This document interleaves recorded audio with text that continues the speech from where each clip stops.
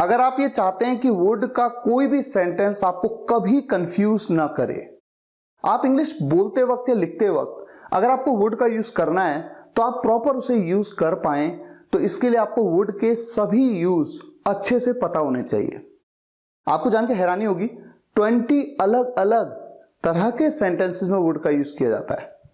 देखिए, जब किसी सेंटेंस में वुड अकेले आता है तो 7 अलग अलग यूज हैं, इसके अलग अलग सेंस में यूज होता है।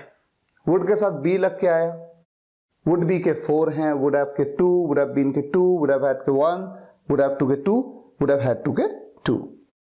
तो आइए एक काम करते हैं, आज मैं वुड के सभी 20 यूज 1 बाय 1 आपके सामने रखता हूं और हर यूज के 2 एग्जांपल्स आपको देता हूं। इससे आपकी अंडरस्टैंडिंग थोड़ा क्लियर हो जाएगी कि इस तरह के सेंटेंस आते हैं।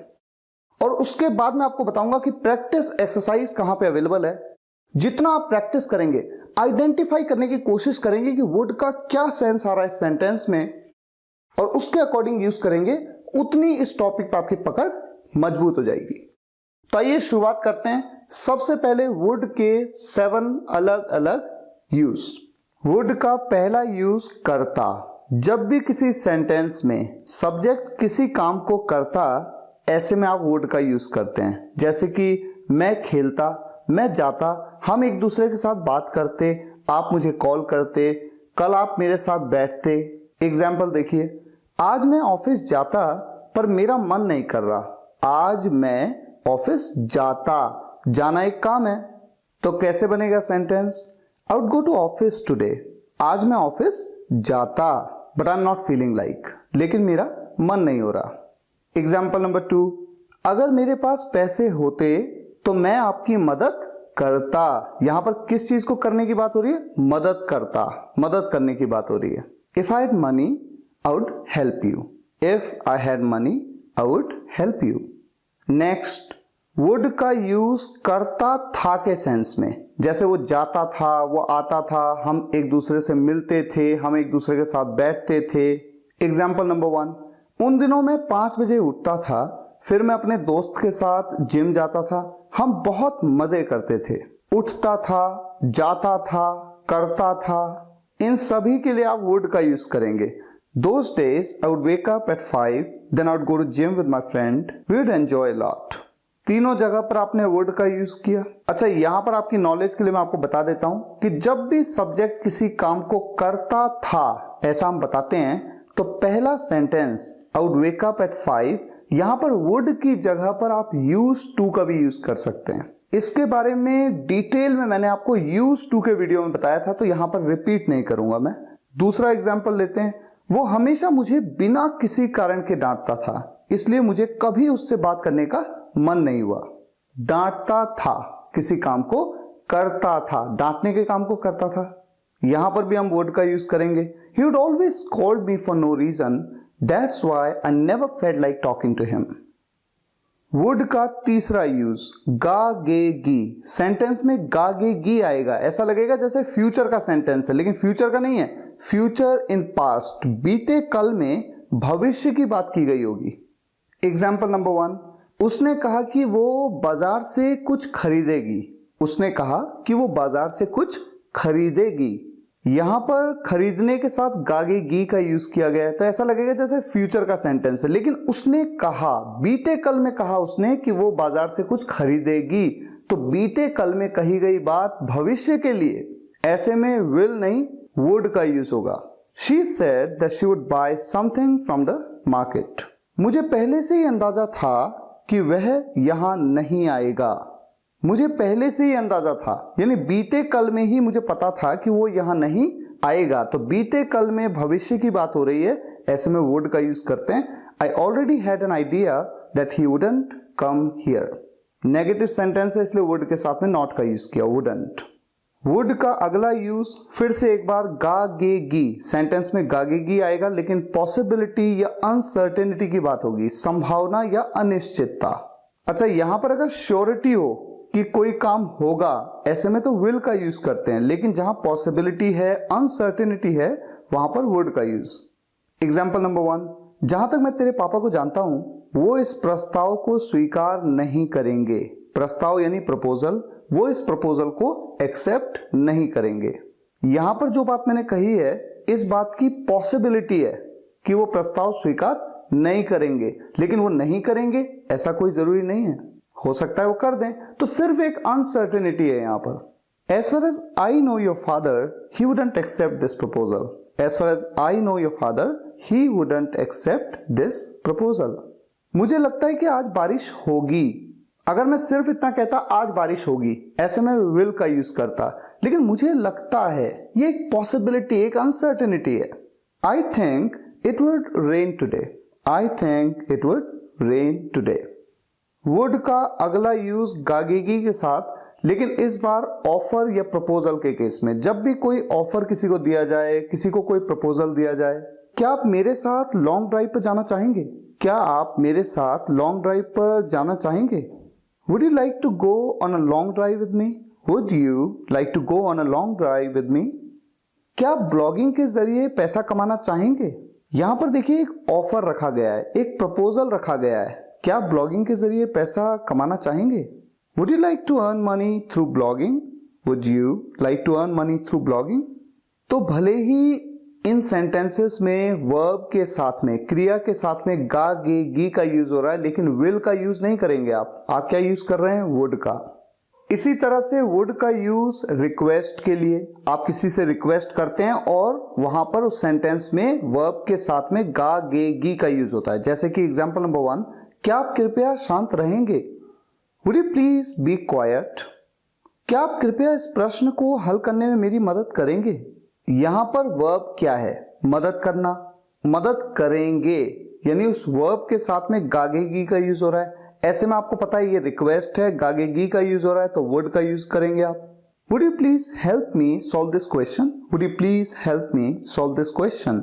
अब आ जाते हैं वुड के अगले यूज पे, want यानी चाह। जब आप कुछ चाहते हैं, लेकिन गागेगी जरूर आना चाहिए सेंटेंस में। जैसे कि एग्जांपल नंबर 1, मैं आज आपसे मिलना चाहूंगा। चाहूंगा, गागेगी आया ना।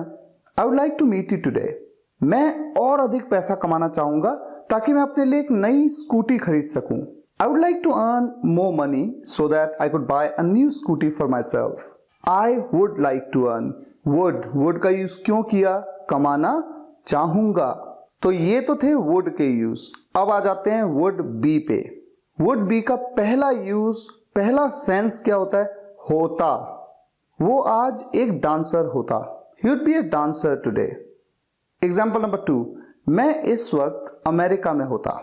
I would be in America right now. तो ऐसे सभी सेंटेंसेस में मैं डांसर होता, मैं डॉक्टर होता, आज मैं एक इंजीनियर होता, या मैं अमेरिका में होता, मैं स्कूल में होता, मैं कॉलेज में होता, मैं आपके घर पर होता, मैं यहां होता, मैं वहां होता, ऐसे में आप क्या यूज करेंगे? Would be. वुड बी का अगला यूज होता था। सेंटेंस कैसे होते हैं? एग्जाम्पल नंबर 1, जब भी मैं उसके घर जाता वो घर पर होता था, यानी कि सब्जेक्ट कहीं पे होता था, घर पर, स्कूल में, हॉस्पिटल में, वो वहां होता था, वो यहां होता था।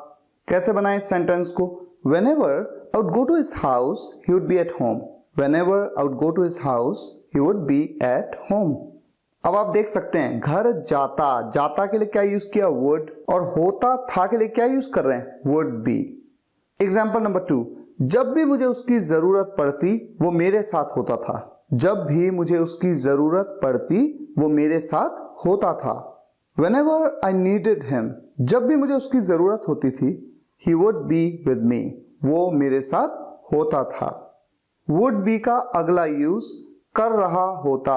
जब भी किसी सेंटेंस में सब्जेक्ट किसी काम को कर रहा होता, जैसे कि वो मेरे बारे में सोच रहा होता, मैं उसके बारे में किसी को बता रहा होता, आज मैं इस वक्त ऑफिस से निकल रहा होता, काश मैं वहां जा रहा होता, काश वो मेरे घर आ रहा होता, ऐसे सेंटेंसेस में would be का यूज।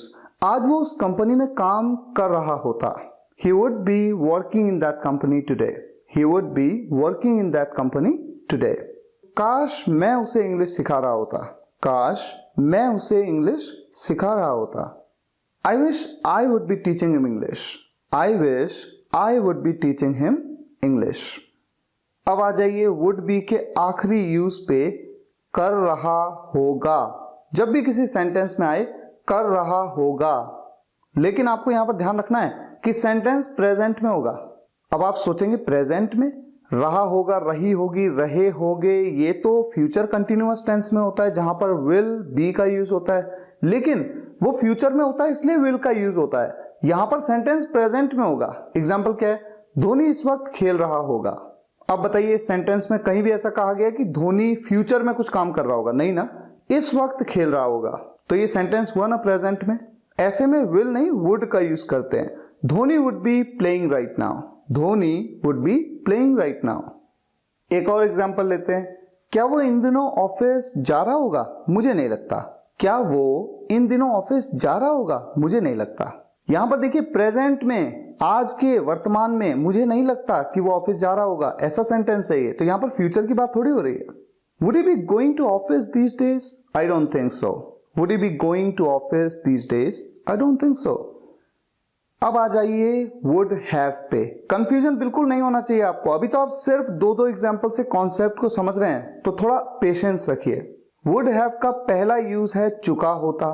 जब भी सब्जेक्ट किसी काम को कर चुका होता, वो घर आ चुका होता, बस निकल चुकी होती, मैं आपसे मिल चुका होता, वो लोग आपको देख चुके होते, वो यहां से जा चुके होते, ऐसे सभी सेंटेंसेस में वुड हैव का आप यूज करेंगे। अगर मैंने ड्राइवर से रिक्वेस्ट ना की होती तो बस अब तक निकल चुकी होती। निकल चुकी होती, ये चुका होता जो आया ना यहां पर, इसके लिए वुड हैव का यूज होगा। If I hadn't requested the driver, the bus would have left by now. If I hadn't requested the driver, अगर मैंने ड्राइवर से रिक्वेस्ट ना की होती तो the bus would have left by now, यानी कि बस अब तक निकल चुकी होती।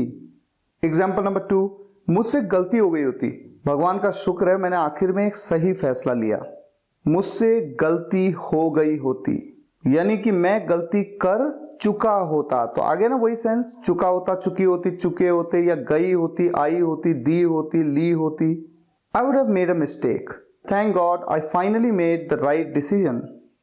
वुड हैव का अगला यूज चुका होगा। पिछला वाला था चुका होता, इस बार क्या है? चुका होगा। लेकिन चुका होगा, चुकी होगी, चुके होंगे, ये तो फ्यूचर परफेक्ट में भी होता है, पर वहां पर फ्यूचर की बात होती है, यहां पर पास्ट की बात होगी, ये ध्यान रहे। एग्जाम्पल देखिए, धोनी इस वक्त तक खेल चुका होगा। धोनी इस वक्त तक खेल चुका होगा। यहां पर सब्जेक्ट है धोनी। धोनी फ्यूचर में किसी काम को कर चुका होगा ऐसा तो नहीं बोला गया। यहां पर तो ये बताया गया कि वो ऑलरेडी खेल चुका होगा, इस वक्त तक खेल चुका होगा, यानी खेलने का काम बीत चुका होगा, यानी पास्ट हो गया होगा। ऐसे में आप वुड हैव का यूज करेंगे। Dhoni would have played by now. Example number 2, बस अब तक निकल चुकी होगी। The bus would have left by now. अब आ जाते हैं वुड हैव बीन पे। वुड हैव बीन का यूज दो सेंस में होता है। पहला सेंस है हो चुका होता या होता। अगर उसने अच्छी पढ़ाई की होती तो वो आज डॉक्टर होता। If he had studied well, अगर उसने अच्छी पढ़ाई की होती, he would have been a doctor today, वो आज एक डॉक्टर होता। अगर उसने चुनाव में मेरा साथ दिया होता तो आज वो मेरे साथ होता। If he had supported me in elections, he would have been with me right now. दूसरा यूज देखिए would have been का, किसी समय से कर रहा होता। किसी समय से, यानी जैसे सुबह से कर रहा होता, 2 घंटे से कर रहा होता, यानी वहां पर समय से का जिक्र जरूर होगा। वो सुबह से खेल रहा होता अगर मैं उसे नहीं डांटता। अब देखिए सेंटेंस में आया खेल रहा होता, यानी कि सब्जेक्ट है वो किसी काम को कर रहा होता, और कब से कर रहा होता? सुबह से। सुबह से यानी किसी समय से का जिक्र हो गया ना। तो इस सेंटेंस को हम वुड हैव बीन के साथ बनाएंगे। He would have been playing since morning if I hadn't scolded him. He would have been playing since morning if I hadn't scolded him. अगर उसने उस दिन वो घर ले लिया होता तो वो मुंबई में आज 10 साल से रह रहा होता। अब देखिए इस सेंटेंस में रह रहा होता, रहने के काम को कर रहा होता, और कब से कर रहा होता? 10 साल से, तो समय से ये बताया गया ना इस सेंटेंस में। If he had taken that house that day, he would have been living in Mumbai for 10 years today. है ना इंटरेस्टिंग सा सेंटेंस। अब आ जाइए वुड हैव हैड पे, जिसका एक सेंस में यूज होता है और वो सेंस होता है पास होता। आज मेरे पास ये होता, उसके पास ये होता, हमारे पास पैसे होते, उनके पास कार होती, उसके पास मोबाइल होता, उसके पास लैपटॉप होता, इस तरह के सेंस में यूज होता है वुड हैव हैड का। आज मेरे पास ये सब होता पर मैंने उस दिन बहुत बड़ी गलती की। आज मेरे पास ये सब होता, आई would have had all this but I made a huge mistake that day. अगर आपने मुझे एक मौका दिया होता तो आज मेरे पास कई फिल्में होती। इस सेंटेंस में भी देखिए मेरे पास होती, क्या होती? फिल्में होती। तो हम वुड हैव हैड का यूज करेंगे। If you had given me a chance I would have had many films today. If you had given me a chance, अगर आपने मुझे एक मौका दिया होता, आई would have had many films today, मेरे पास आज कई फिल्में होती। अब आ जाते हैं वुड हैव टू और वुड हैव हैड टू पे। अच्छा, इन दोनों में थोड़ा एक चीज कॉमन है। वुड हैव टू का यूज दो सेंस में होता है, जैसे कि आपके सामने लिखा हुआ है, करना पड़ता या करना पड़ जाता। जब भी सब्जेक्ट को किसी काम को करना पड़ता या करना पड़ जाता, ऐसे में आप वुड हैव टू का यूज करते हैं। और आप देख रहे हैं आपकी स्क्रीन पे वुड हैव हैड टू के भी आगे दो सिनेरियो लिखे हैं। उनमें से पहला जो सिनेरियो है वो क्या है? करना पड़ता या पड़ जाता। यानी कि ऐसे सेंटेंसेस में आप वुड हैव टू या वुड हैव हैड टू दोनों में से किसी का भी यूज कर सकते हैं, कोई फर्क नहीं पड़ता सेंटेंस के सेंस में। लेकिन वुड हैव टू का यूज दूसरे सेंस में क्या होता है? करना पड़ता होगा। जैसे मुझे वहां जाना पड़ता होगा, आपको उनके घर आना पड़ता होगा, आपको रोज ऑफिस जाना पड़ता होगा, किसी भी काम को करना पड़ता होगा, ऐसे में वुड हैव टू। और वुड हैव हैड टू का यूज दूसरे सेंस में करना पड़ा होगा, जैसे कि उसे ऑफिस जाना पड़ा होगा, उस दिन आपको उनके घर आना पड़ा होगा।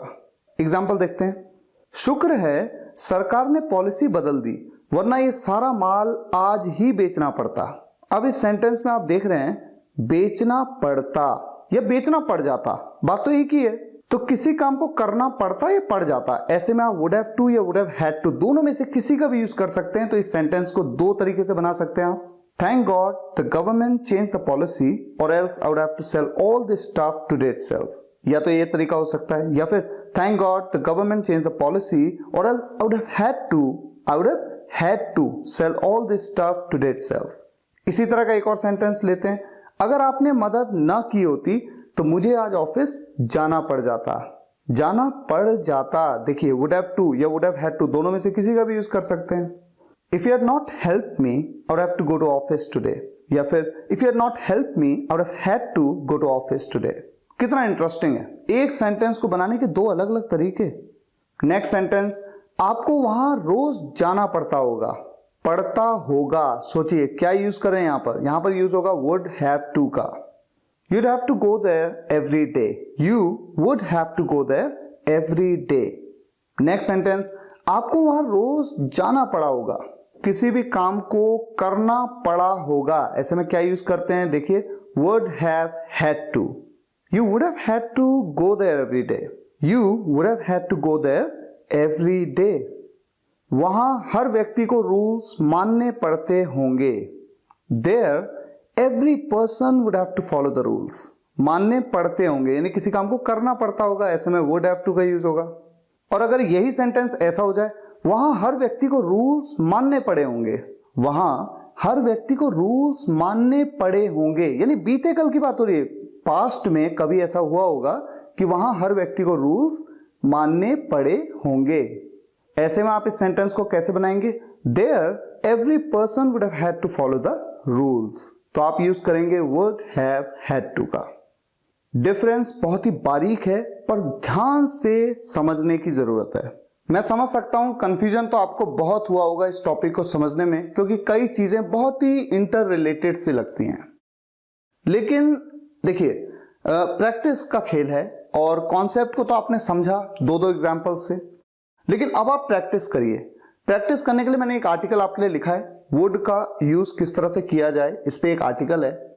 शुरुआत में तो वही सेंटेंसेस हैं जो सेंटेंसेस आज मैंने इस वीडियो में कवर किए। उस आर्टिकल का लिंक मैंने इस वीडियो के डिस्क्रिप्शन में दिया है।